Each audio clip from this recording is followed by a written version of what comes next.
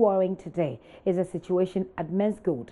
Many customers besieged their offices as well, demanding withdrawal of their funds. And I'm sure that you followed yesterday's order by the Securities and Exchange Commission to Menzgold to shut down some part of their operations and suspicions that it had not complied with some regulatory requirement. Menzgold has been fighting back, insisting that it will remain open. But late last night, it issued another statement announcing a shutdown of its vault market product services temporarily. That may have prompted more fears of these customers who throng their offices at Kaneshie, East Legon and other places. Let's take you to East Legon from where Nancy MFA Tradosi reports.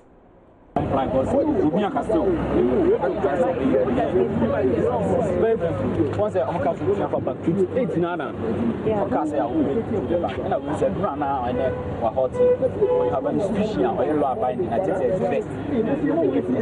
the best. So they just want to I'm very happy.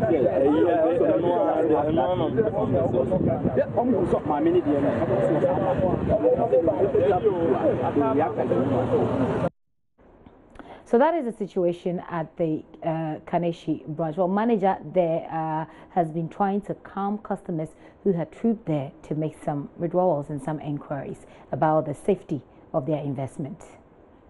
Regulations, you understand? Yes. So as it is now, yes, it's an order from above, and you know we can't ignore them. So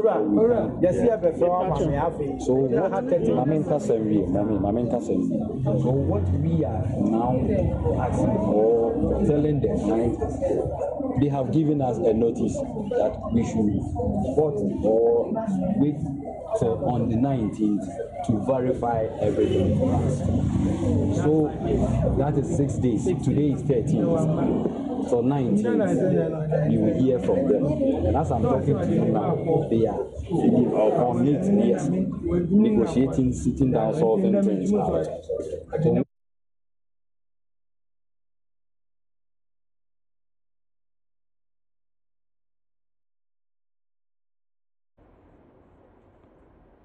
and obviously, we've had to give you some of these visuals that are not so stable because the staff, some of the staff of Menzgold have been attacking the journalists who go there to ask questions there.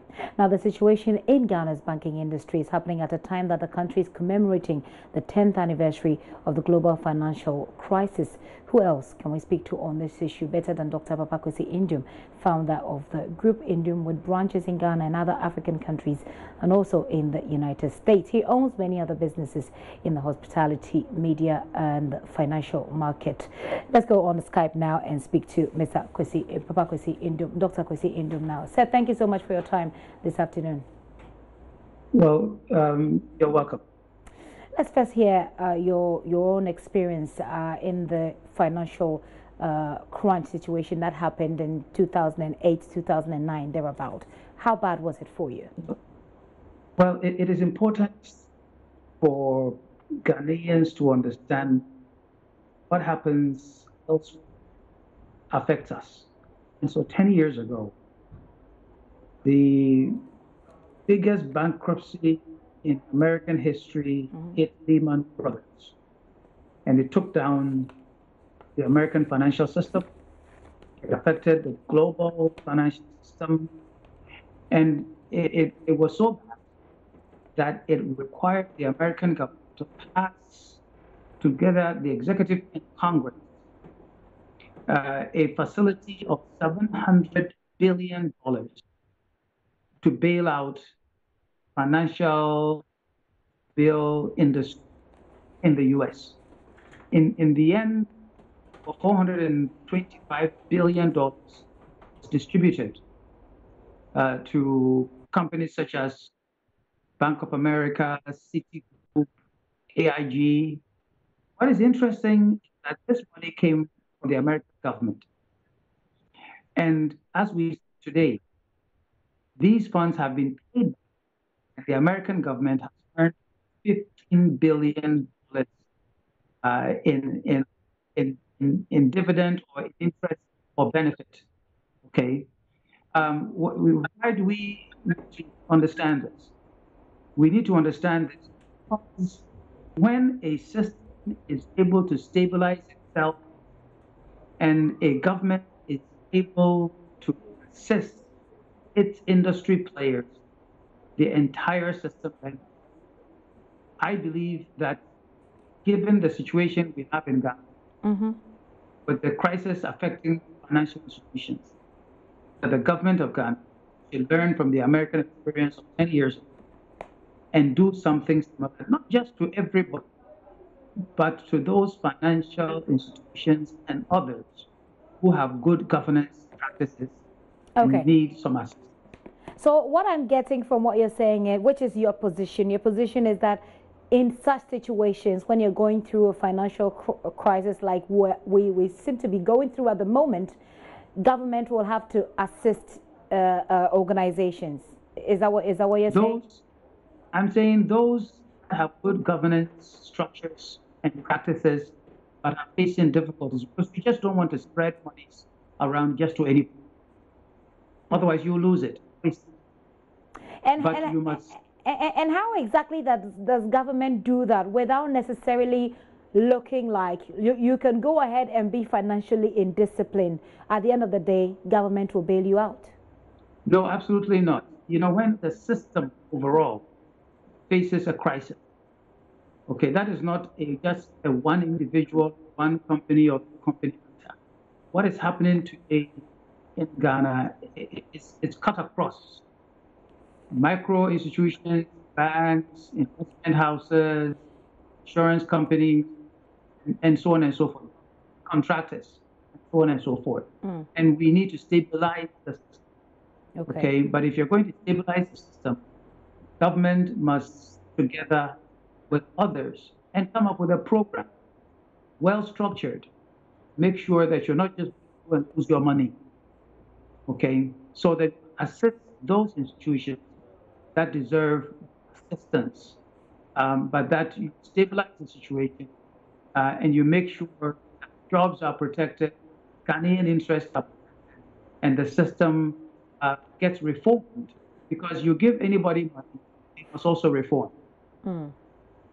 So you're talking about government developing a certain structure or a certain framework within which it can assist organizations that are adopting good corporate governance practices. But exactly what should be contained? I mean, what's your suggestion as to exactly what's to be contained in this structure? Where does government even start? Well, for example, what happened 10 years ago in the US, they took at those vulnerable areas, the small banks, for example, they said, we can't leave such communities without banking facilities. So they gave assistance to small banks. The bigger banks, whose collapse will indeed flatten the system, they took a look at them and did determination of how much money they needed, what sort of toxic assets they had, and assisted some of them credit facilities for the toxic assets, and others they just simply put in, as if you will, equity, preference shares, okay, into American private sector companies, which they have now redeemed at a profit to the government. Okay, so I'm saying that if you look at the structure of what happened in America, we can find some solutions for the Ghanaian situation. You don't have to reinvent the wheel. There's an issue about Menzgold Ghana Limited and their operations here, and I don't know if you've followed that, but you own banks here in Ghana, and so if there is a financial crisis, it's certainly something that you should be concerned about. To what extent do you think that entrepreneurs like yourself are concerned about the financial crisis, and to what extent do you think people should actually be concerned about the Menzgold troubles? Well, all of us, whether we are owners, directors, management of all financial institutions, we must all sit up. We must all be more disciplined. We must follow the regulatory requirements. Where we have a need, we must speak up and say, I have a challenge here, I have a challenge there, but then here are some solutions. And then be willing to sit down with the authorities to find a workable one so that we can get out of this situation, because there are employees involved, there's suppliers involved, there's government overall involved. We are all, and all of us must help seek a solution. So anything that one mentioned, it bothers all of us. And we must ensure that solution, an appropriate one, is found. What do you think have been some of the implications for financial institutions, for indigenous banks or indigenous financial institutions like yours, looking at what this country has been through in terms of the financial crisis? Has there been positive, or have there been positive implications or negative implications? Positive, so that others are going down, so people are, your bank is then attracting a lot more patronage, or negative because the people are then losing confidence in the financial sector, so they're not even doing business with you at all. What's your assessment of the implications so far? Well, all the indigenous financial institutions are suffering, all of everyone. Including yours. Because there's a crisis of confidence. Yes, it's a crisis of confidence. You know, when it comes to money, you can't mess around with it. And people don't just want to see that, oh, you look okay, whatever. They want to make sure that it is okay. And so you must do the right things. If there's any hint of a problem, you must run to it and solve it. Otherwise, people, don't want their monies to be wasted or to lose. Okay, so yes, it's particularly for indigenous financial institutions. Everybody is facing a situation that is not positive. So you can't sit there and say, oh, if this one goes down, I will do better business. It doesn't work that way. Right. Okay, so if somebody is having a problem, I am hoping that they find a solution to it, because it affects everybody. Dr. Idum, I'll let you go right after this question. You've been in government before. So sometimes people say that we make promises and when we get there we realize that it's different. But you've been in government before. You're a businessman. If you were to advise government at this point, based on the financial crisis and your experience, what exactly would you tell those governing at this moment as to exactly what to do? Because apart from the financial crisis we're experiencing in the banks that are collapsing, there's also the issue about the cedi that's not doing well at all against the major trading currencies. And then now we're looking at regulating of businesses that are not so traditional. And I'm referring to Menzgold. So about several issues affecting the economy of this country. What then will be your advice to government? Well, I would just like them to know that they must understand that they are not alone. It is not just their problem alone. It is everybody's problem, and therefore they should consult with owners of these businesses. They should consult with the experts. They should consult with some of the directors, the people with some experience. Together, find a lasting solution, because whatever the solution, it is not going to be an easy. It will not be a short term. It will involve some sacrifices. Like, government will have to come up with some funds. What kind of sacrifices are we looking at here? Well, we're going to have to involve taxpayer money one way or the other. It's not an easy thing to do, especially in a system where already we are facing liquidity challenges on the part of government and on the financial system. So it will involve sacrifices. And it also is going to have everybody to see that if we solve this, the economy will grow. So there's a benefit, coming in the horizon. But we should sit together and solve. And I believe it is solvable. It can be done. And if they don't consult, like you're saying, what do you foresee? Well, I don't want to think that. I believe that there should be goodwill, and I'm sure that there will, and that a solution will be found. Dr. Indom, thank you so much for your time, and we really appreciate it. Dr. Papakwesi Indom there, he's a businessman, and he's been giving us his own thoughts about the economy and about the financial crisis that the country finds itself in now at the moment. Well, let's go back to the Menzgold story, because the lawyer for the company, Kwame Okufu, says the company's operations are not regulated by any law. In an interview earlier on the Midday News with MFR Powell, Mr. Okufu said the company cannot be blamed for the lack of legislation to legalize or regularize their activities. Absolutely. Right. It allows us to do same. Now, when you speak of the licensing regime from the Minerals and Mine under the Minerals and Mining Act, you would realize that the Minerals Commission has not laid complaint at our doorstep.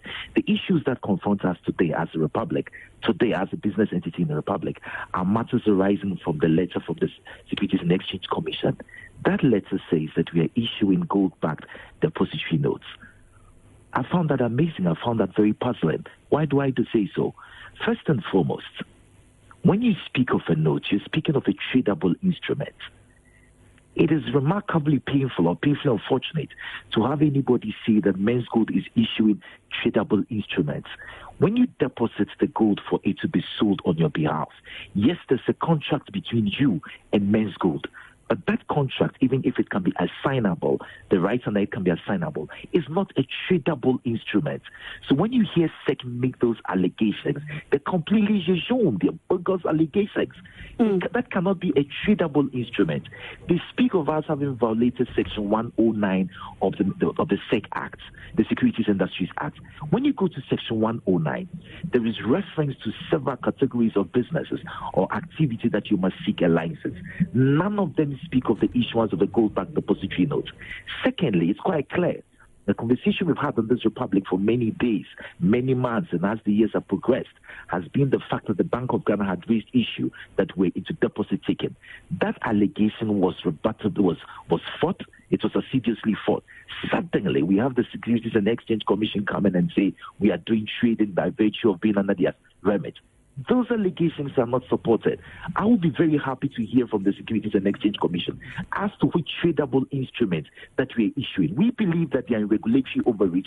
We believe that they've gone beyond the remedies like the PMMC. And that is captured in your letter that you wrote yesterday. Portions of it I will read. It said that, be as it may, we are instructed to respectfully inform you that our client's business module, which is essentially that of sale of gold collectibles, is not one that falls within your regulatory regime. Please be informed that our client is not issuing any tradable note, as you erroneously state in your letter of 7 September 2018. My question then is your business regulated? Under which regulation does it come? MFA, if you look at the Bank of Ghana, at the Banking and Specialized Deposit Taking Act, and you look at the Securities and Exchange, the Securities Industries Act, there is a provision which says that the regulators are entitled to prescribe regulation for any other business model that arises or as they find fit. So when there is legislative omission, you don't come and blame Menzgold. So your business is not regulated? Our business is not regulated by the law. And we are not regulated by the Securities Exchange Commission. We are not regulated by the Bank of Ghana. It is a formidable, innovative product that has been put out there. We have never shied away from asking the Republic through its regulators to set up legislative instruments which can regulate that. So we have a business operating with no regulation whatsoever. Is that even possible? Well, you should be asking the Bank of Ghana. You should be asking the Securities and Exchange Commission. So Menzgold is just taking advantage of the loopholes in the system. Is that what it is? Advantage. This is a market economy. People are entitled to use their ingenuity, their intelligence to come up with innovative products. But we don't cripple in ingenuity. But the Bank of Ghana has all along, Mr. Okufu, but the Bank of Ghana has all along stated that you are engaged in deposit taking, and that is wrong. Has the Bank of Ghana sanctioned us? Has the Bank of Ghana ever said that there are sanctions against us for deposit taking? Under the Bank of Ghana law, deposit taking is receiving money. We don't receive money. So the factual predicate of the Bank of Ghana is completely wrong. We have said so on many occasions, we'll continue to say so. If the Bank of Ghana was proper, was correct, was accurate, we wouldn't have the Securities Exchange Commission doing this. If you have regard to history of the Republic, you will have seen that the Bank of Ghana's arguments in the past is not what we are acting on now. We should have put you on notice that somehow or rather the regulators, faced with their own legislative omissions, are stretching language, trying to get some implied power to be able to deal with an innovative product. This is an innovative product in your face. So finally, Mr. Ekufu, from the statement, the latest statement from your company, Gold Vault Market Product Services, temporarily halted. What then happens to customers? What happens to customers in the face of this is that we have decided that we're going to have a meeting with the regulator next week.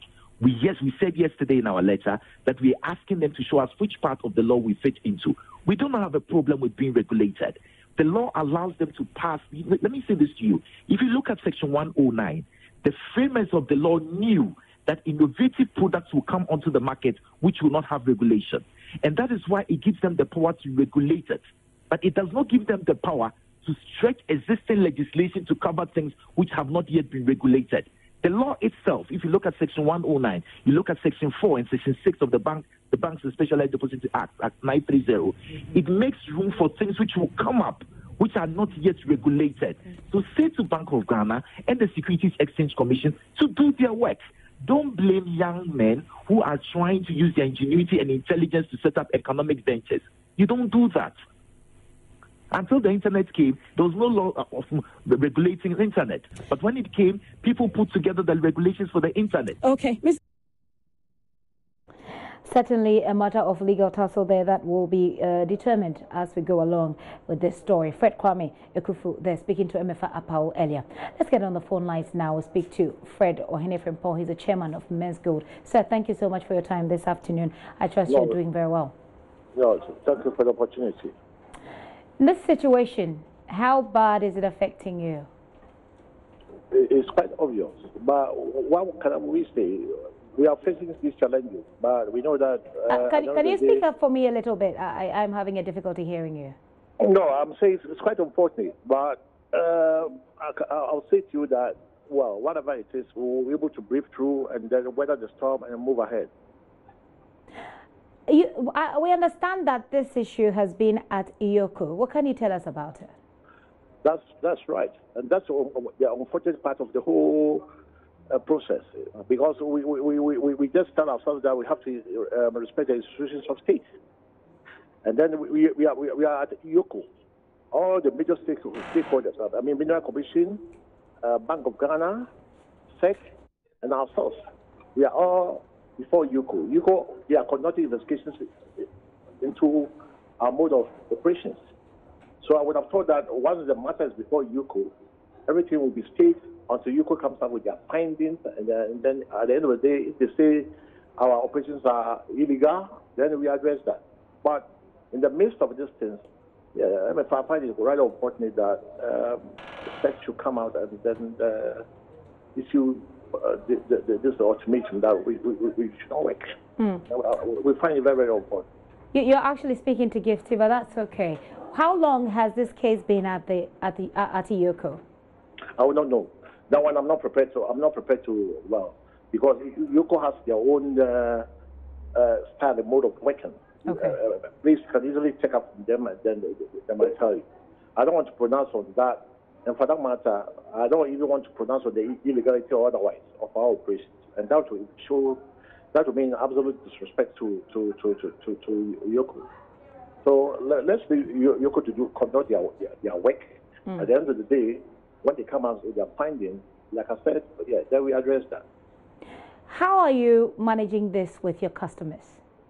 No, let me use your medium to thank our customers. They have been very, very, very, very up and coming up with their support for us. And we want to congratulate them. And we want to use your medium to thank them and to assure them that not even a city of their investment will be lost.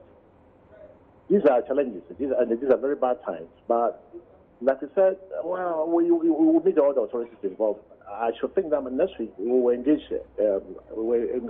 SEC and then find a common ground and then make sure that we forge ahead. You're setting up a meeting with the customers next week? No, not the customers. With all the relevant, with the SEC for that matter. Okay. And we understand that you've been hit by, panic withdrawals. Can you tell us a bit more about that? How bad is it? And is the company in a situation? Is the company in the position to deal with that? Sort of panic by the grace of God, due to the prudent management that we have put in place. Yes, there are very, very massive challenges. Well, let me confess. But you see, Emma, let me ask you that question.